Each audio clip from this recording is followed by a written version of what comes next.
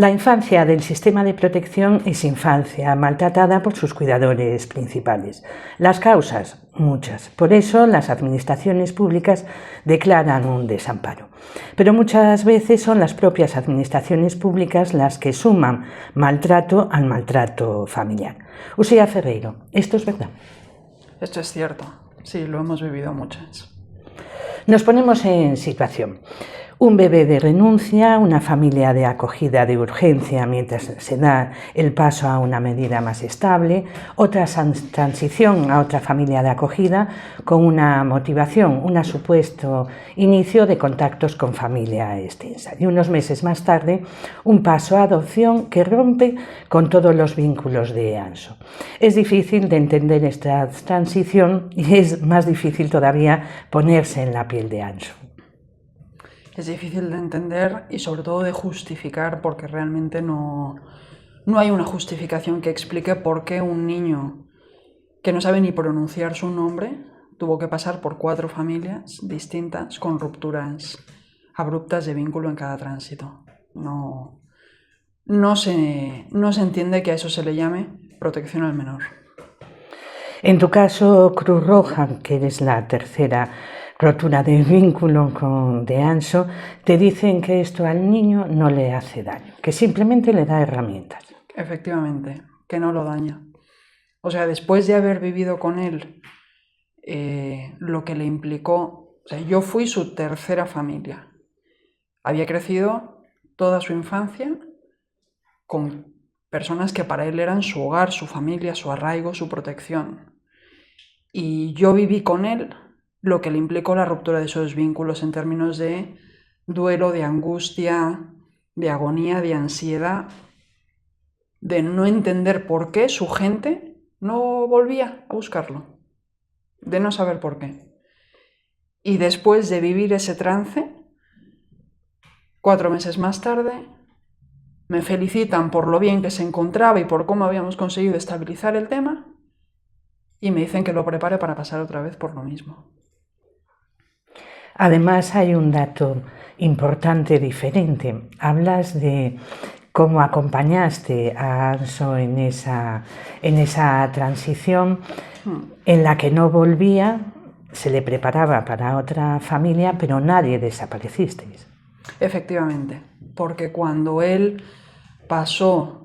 estuvo 3 años con su familia acogedora, que a los niños los contratos les importan nada, porque tú a un bebé recién nacido no le puedes decir que es que en el contrato pone peras o manzanas. Un niño tiene su figura de arraigo, de protección, y lo que vive es una realidad afectiva. Y bueno, pues después de estar 3 años con su familia, que no voy a decir ni familia acogedora ni nada, porque eran su familia, después de estar 3 años con su familia, lo cambian bajo un supuesto régimen de visitas que no se podía dar en la ciudad en la que estaba él, y bueno, sí que hubo una pérdida porque tardó 15 días en verlos, que él los vivió como un abandono tremendo, que además ya era el segundo porque ya lo había vivido para separarse de su gestante. Entonces sí que pasó por ese duelo, que es un duelo que yo viví con él, pero después efectivamente hicimos alianza de familias y él vio que estábamos todos allí para él. Yo tengo todavía las fotos de lo que fue el cumpleaños de su hermano, que la Xunta dirá que bueno, que no eran hermanos porque no compartían apellidos, pero la realidad afectiva y vincular de la infancia sí que era, que había un vínculo de hermandad. Pues yo tengo fotos del cumpleaños de su hermano con el que creció toda su infancia, de las 2 familias en alianza. Y a nadie le sorprendía que el niño tuviera 2 referentes maternos, por ejemplo. Solo a un adulto muy corto de miras y muy rígido en sus esquemas le cabe en la cabeza pensar que no es válido que un niño tenga 2 referentes maternos, por plural que haya sido su trayectoria. Entonces, efectivamente, cuando él llegó conmigo, hicimos alianza de familias. Y hubo muchos momentos, muchas vivencias en las que él vio que estábamos todos disponibles para él. Y cuando fue la tercera ruptura de vínculos, que nos avisaron pues de que la familia biológica había perdido la patria potestad en el juicio y que por tanto había un pase de adopción, para el peque implicó ruptura con todo lo anterior. Ruptura con su hermano, ruptura con sus madres, ruptura con su padre. Y cuando hablo en términos de su hermano, su madre, su padre, no me ciño a ninguna definición adulta porque no es el ojo adulto el que se debe usar para mirar el asunto, es el ojo del niño el que se debe usar. Entonces, cuando yo hablo de su hermano, sus madres o su padre, hablo con denominación de origen, porque es el niño el que lo entendía así, el que lo denominaba así, con lo cual es una definición legítima. Es denominación de origen. Entonces, cuando él rompió vínculos con toda la gente de su familia, fue un maltrato para él. Y fue un maltrato que le impusimos a pesar de la lucha de las dos familias con afán de protección. Fue un maltrato que se le impuso. Y un niño que ya demostraba apego ansioso, que ya había pasado por el duelo con 3 años, el duelo de perder a toda su gente, con 3 años que no tienes noción ni de lo que es el tiempo, o sea, ni de lo que es el pasado y el futuro, no hay tal cosa como un irás a una casita, no la hay. Entonces, para un niño que está formando sus esquemas neurológicos, que está formándose una idea de qué es el mundo, quién soy yo en él, ¿me aman? ¿Les importo? Pues para ese niño vivir la tercera ruptura de vínculo materno impuesta por el supuesto sistema de protección de menores, pues es no solo una contradicción, sino que es maltrato infantil. Ese paso a la adopción, ¿se le puso algún nombre por parte de la administración pública? ¿Le llamaron de alguna manera? Transición. O sea, ¿te refieres al paso a adopción? ¿Cómo se...? Sí. Bueno, lo llamaron transición, pero esto está pues para cogerlo con pinzas, porque en menos de una semana pasó de no conocerme a perder de vista a su familia de vida. Y de nuevo, en menos de una semana pasó de conocer a su familia adoptiva a perdernos de vista a todos los demás.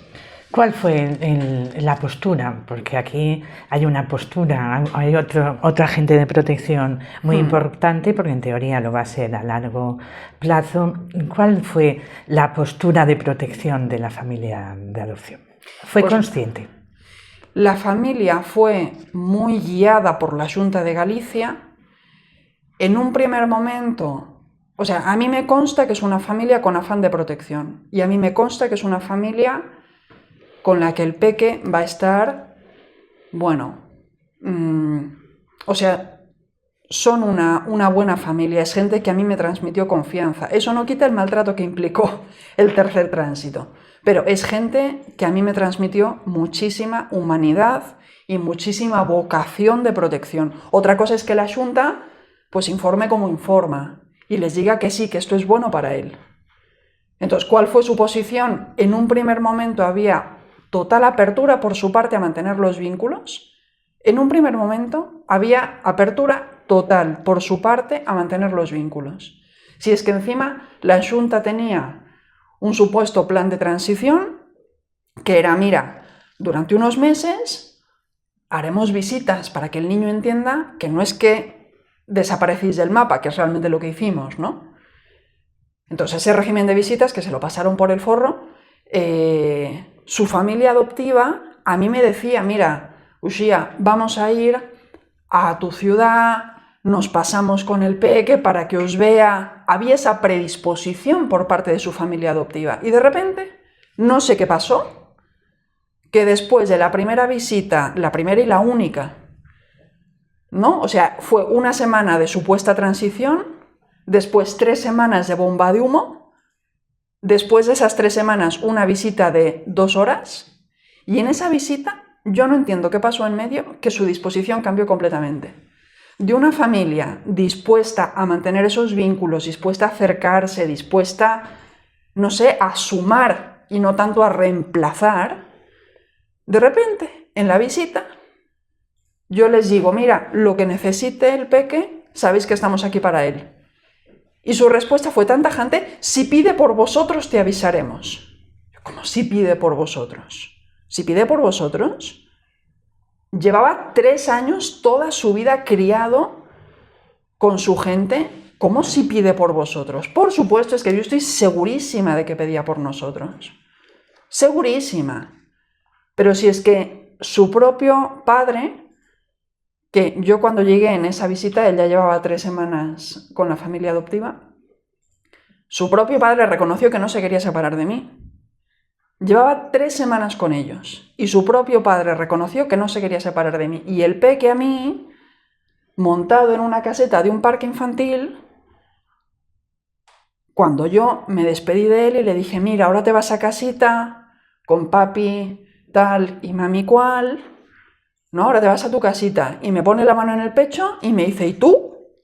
Y digo: yo me voy a mi casita que está en esta otra ciudad.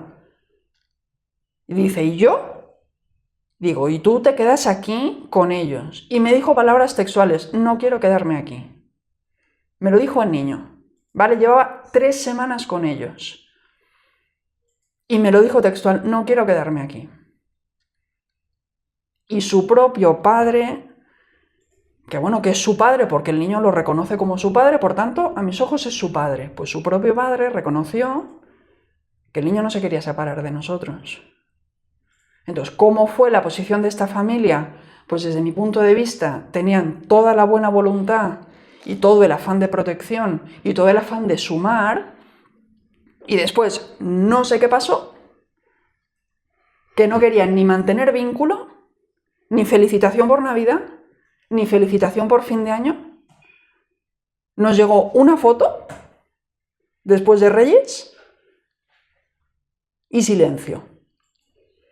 Entonces yo no entiendo cómo los capacitaron, ni qué capacitación tendría la gente que los guió, porque yo lo que vi por su parte fue una voluntad total de alinearse al sistema y bueno, y no mantuvieron vínculos. Antes de darle al play de esta entrevista, estábamos hablando de cómo estaría Anso ahora, ¿no? Anso tenía 3 años, tiene muy poquito tiempo más. Ahora mismo habrá que esperar seguramente a la adolescencia, a la preadolescencia, para saber qué huella dejó todas estas transiciones en su cabeza, pero lo que sí podemos tener más claro es que ha aprendido Anso en todo este tiempo. Claro, ¿qué ha aprendido Anso? Yo no voy a hablar por él. O sea, yo creo que la voz del niño nadie tiene derecho a pisarla y nadie tiene derecho a hablar en su nombre más que él. Con lo cual yo no voy a hablar por él. Pero, hombre, ¿qué ha aprendido? Pues habrá que mirar lo que le hemos enseñado. Habrá que mirar lo que le hemos enseñado, porque lo que le hemos enseñado es que una figura puede prometerte protección y vínculo y esfumarse. Esfumarse. Y no se lo hemos enseñado una vez, se lo hemos enseñado 3 veces. En un momento en el que neurológicamente se está formando. Y a eso lo hemos llamado protección al menor. Entonces, ¿qué he aprendido? Pues mira, te cuento una anécdota. Cuando yo lo vi por primera vez, Anso era un niño tranquilo, seguro, sereno. Él podía estar paseando por el campo, jugando con sus juguetes. Anso, ¿dónde está mamá? Va, por ahí andará. Yo estoy tranquilo. Vale.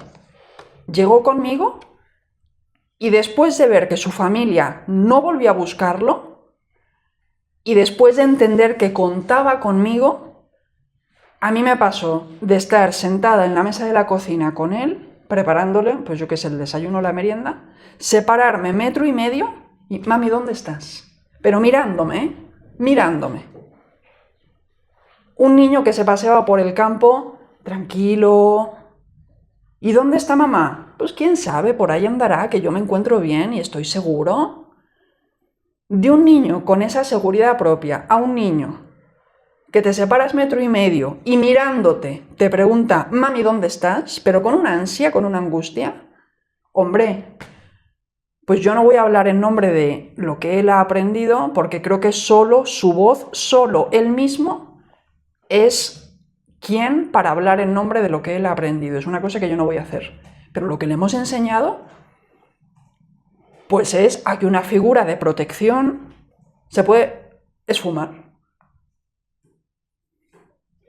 El sistema maltrata, eso es algo que se dice muy rápido, que tiene unas consecuencias a corto, medio y largo plazo que serían incluso juzgables, ¿no?, de alguna manera. ¿Cómo podemos defender a todos los ansos del propio sistema de protección? Pues para empezar generando conciencia, visibilizando lo que ocurre, porque es una sociedad, o sea, es una situación que en la medida en la que incomoda a las administraciones públicas se silencia, y tú lo sabes bien. Entonces, para empezar generando conciencia, porque la realidad es que protegerlos requiere una movilización colectiva y una implicación. O sea, las familias acogedoras o las familias protectoras podemos romper todas nuestras lanzas por ellos, que lo hacemos, pero hace falta mucho apoyo de la comunidad. Hace falta que en el momento en el que a una familia se le notifica una decisión maltratante, concho, pues como sociedad es que tendría que haber una ola de apoyo de abogados, de psicólogos, de familias, de colegios.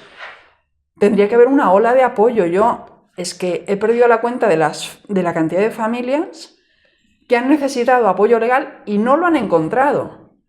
A mí todos los médicos, además, Anxo